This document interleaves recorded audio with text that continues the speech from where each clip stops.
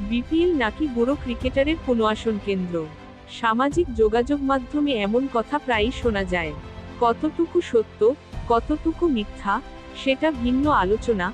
তবে অন্য বড় লিগগুলোর সঙ্গে তাল মিলিয়ে বড় তারকাদের তেমন একটা পায় না বিপিএল। চোখ রাখতে হয় বেশিরভাগ সাবেক বা সেরা সময় পেছনে ফেলে আসা ক্রিকেটারদের ওপর। শুরু হতে যাওয়া বিপিএলও ব্যতিক্রম নয়।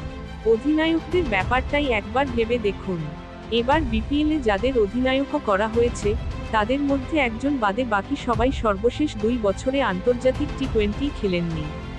ঢাকা ক্যাপিটালসের অধিনায়ক থিসারা পেরেরা যেমন আন্তর্জাতিক টি-20 ছেড়েছেন 2021 সালে। সিলেট স্ট্রিকার্সের অধিনায়কত্ব আরিফুল হকের কাঁধে। এই অলরাউন্ডার সর্বশেষ বাংলাদেশের হয়ে টি-20 খেলেছেন 2018 সালে। মোহাম্মদ মিঠুন নেতৃত্ব দেবেন চিটাগং কিংসকে। তার সর্বশেষ আন্তর্জাতিক টি-20 2021 সালে। আর এনামুল হক বিজয়, যিনি দুর্বার রাজশাহীর অধিনায়ক, তার সর্বশেষ আন্তর্জাতিক টি-20 2022 সালে।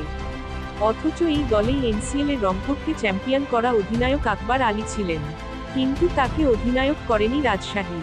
টি-20 থেকে অবসর নিয়েছেন বা জাতীয় দলে নেই, এমন অনেক ক্রিকেটারও টি-20 ক্রিকেটে প্রাসঙ্গিক হতে পারেন। যেমন ধরুন তামিম ইকবাল। ফরচুন বরিশালকে নেতৃত্ব দিতে যাওয়া এই ওপেনার গত বিপিএলের সেরা খেলোয়াড় ছিলেন। তামিম আন্তর্জাতিক টি-20 ছেড়েছেন 2022 সালে। রংপুর রাইডার্স অধিনায়ক নুরুল হাসানকে তামিমের ক্যাটাগরিতে রাখা যায়। 2022 সালে সর্বশেষ আন্তর্জাতিক টি-20 খেললেও তিনি এখনও টি-20 ক্রিকেটের আলোচনাতে ভালোভাবেই আসেন। আর খুলনার অধিনায়ক মেহেদী হাসান মিরাজকে নিয়ে প্রশ্ন ওঠার সুযোগ নেই। তবে আরিফুল, মিঠুনদের কেউই সেই অর্থে এখন টি-20 ক্রিকেটের আলোচনাতে নেই। তাই তাদের জন্য নিজেদের নতুন করে প্রমাণের বড় সুযোগ এটি। না পারলে সেই পুরনো গল্পও ফিরে আসতে পারে। সেটা কি? টুর্নামেন্টের মাঝপথে অধিনায়ক পরিবর্তন।